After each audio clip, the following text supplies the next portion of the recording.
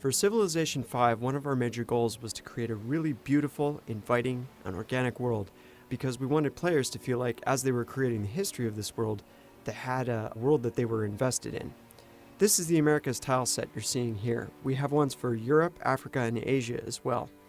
And the reason to have 4 different continent types is that as players are exploring the world, each new geographic region they come to has its own unique look. Again, this is about creating a plausible world for players to explore. One of the reasons we're able to get this really great organic looking terrain was one of the gameplay innovations in Civilization V, and that was the switch from square tiles to hexagons. Hexagons are cool because they give us a lot of really great gameplay mechanics, especially in terms of movement. Movement over long distance equalizes a lot better with hexagons than it does with squares. With squares, there are always cheats on the corners. These also reduce some of the ambiguity in the terrain. For example, you can have some weird artifacts when square tiles meet at corners, and you don't get that with hexagons. We know that players want a lot of information when they're playing a game of Civilization. Information about what they're seeing on the screen, the units they're controlling, things like that. And Civilization Revolution, which was our Civilization experience for the consoles, taught us a lot about how to present this complex information to players, but do it in a way that they could control it with a gamepad. We use those design lessons in Civilization V to push the user interface out to the margins of the screen and keep players invested in the world. For example, we do things with unit functions so that functions that players typically need, like move and attack, are always visible, and secondary functions like delete the unit are behind the fold. Not only does this clean up some of the clutter, but it keeps people from accidentally deleting their units. For this demo, we're going to be playing as the Roman Empire. We've been playing for a little while and our civilization has expanded quite a bit. We have a few cities at this point. We have some tile improvements, such as this plantation for silks, as well as farms for growth, camps for furs. We've even got a mine for gems.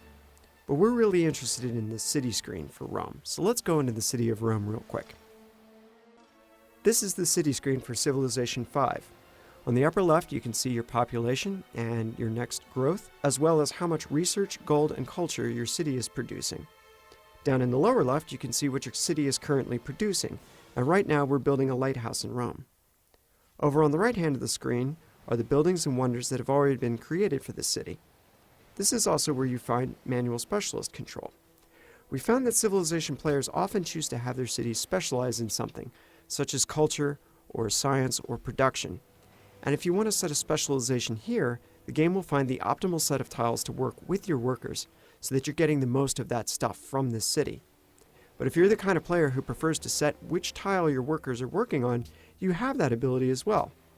Again, this is about using the user interface to streamline aspects of the game, but still give players the ability to manage some of the fine details. As with previous Civilization games, culture will continue to expand the borders of your civilization, but now you'll do it one tile at a time towards resources that are important for your current focus. You can also use gold to accelerate this process. We're going to buy 2 tiles here, and when we return to the map, you can see that these have been added to our empire. This can be a valuable strategy for growth. You can send a settler out near some valuable resources, and then use your treasury to buy up the land near your new city. Culture is also the currency for the social policy system, and this is a major new part of Civilization V. Social policies improve specific aspects of your civilization.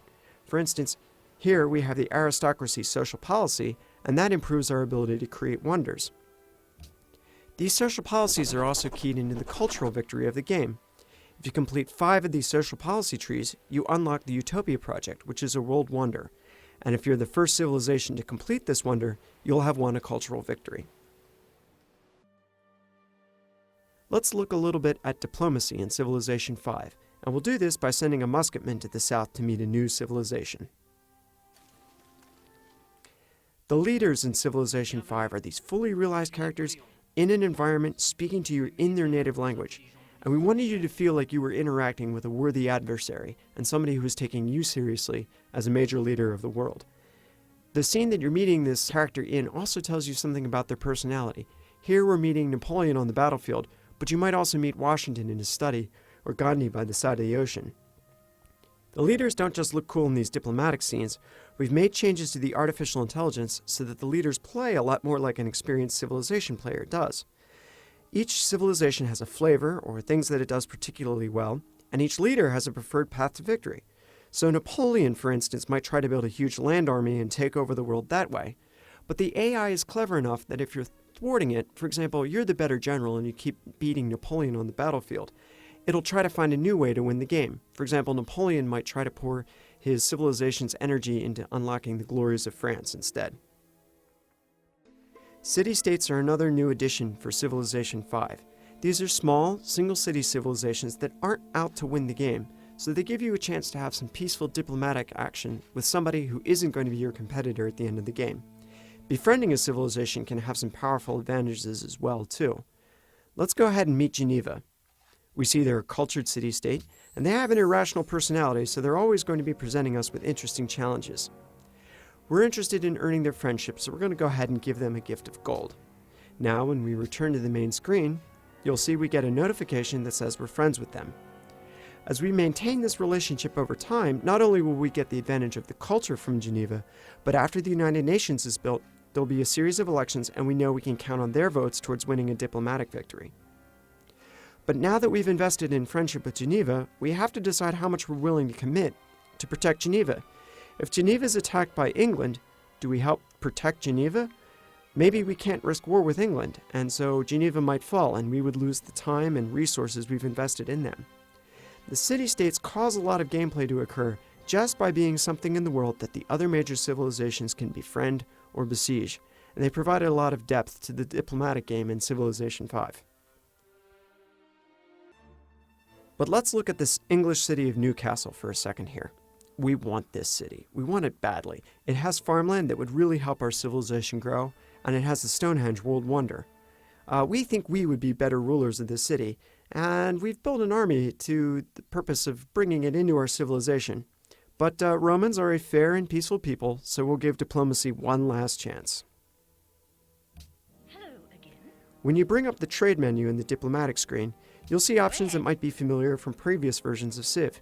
You can ask for a tribute of gold or defensive pact, but the research agreement is new for Civilization V. Both civilizations lay out a sum of money and get a boost to their research for a fixed number of turns. But what we really want is the city of Newcastle, and so we're willing to pay the princely sum of 2 pieces of gold for it. Let's see if Elizabeth takes up our offer. I beg your pardon? Well, it's a shame that she declined, because by doing this, she's just brought war on herself.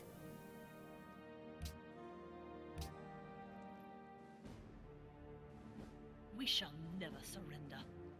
Combat is an area of the game that's seen a significant change in Civilization V. We're bringing real tactical combat to Civilization with the introduction of 1 unit per tile.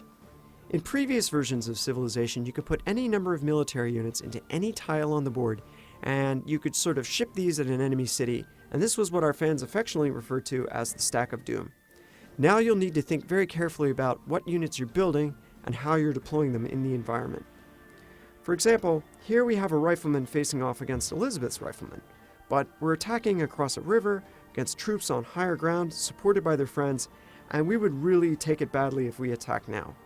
What we can do is soften up that unit a bit by firing on it with a ranged unit. Ranged units are another important part of the strategy in Civilization V. Ranged units can attack over frontline units and sort of prepare them for an attack. Since we've done that with our cannon, we can move into attack.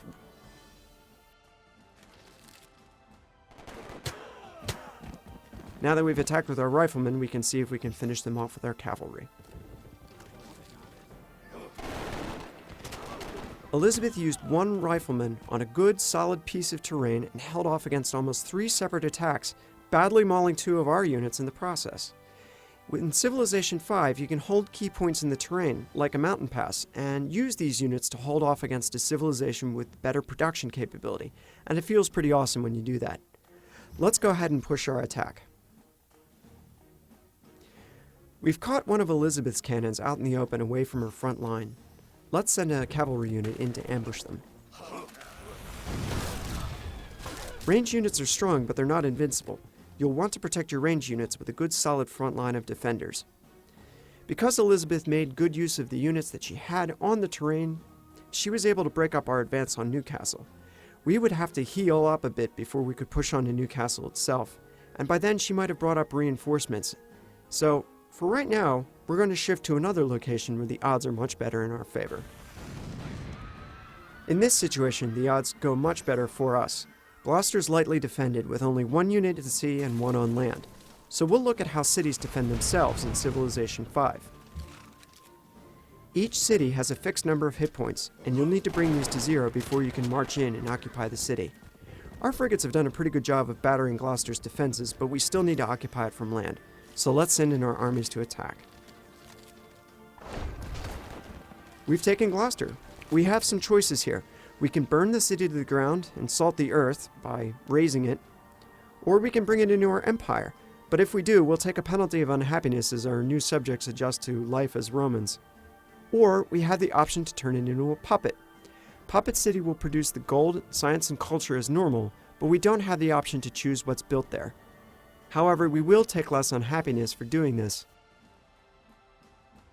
We're going to jump forward in time to almost the end of the game.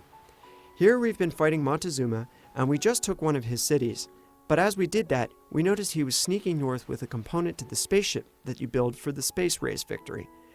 If he gets this to his capital, he can assemble that and the rest of the spaceship components, launch them, and win the game.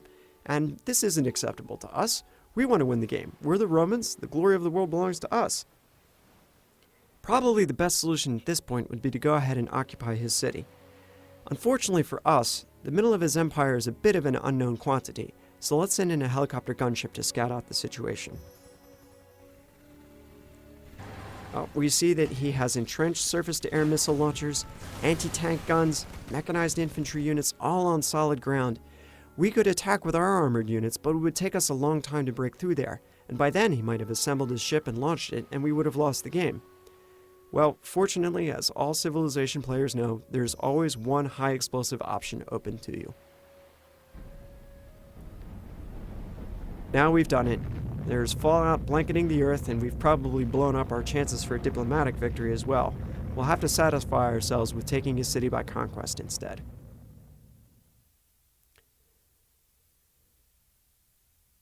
Now we've taken Montezuma's capital. We've taken our first capital in the game. If we take all of the enemy capitals, we'll have won a conquest victory. So, from here we have some choices. We can go back to England and we can keep pushing onward, and this time we're not going to settle for Newcastle. We want nothing less than London itself. And from there we're going to build the largest army that's ever been seen in the world, and we're going to push on to the gates of Paris itself and fight Napoleon.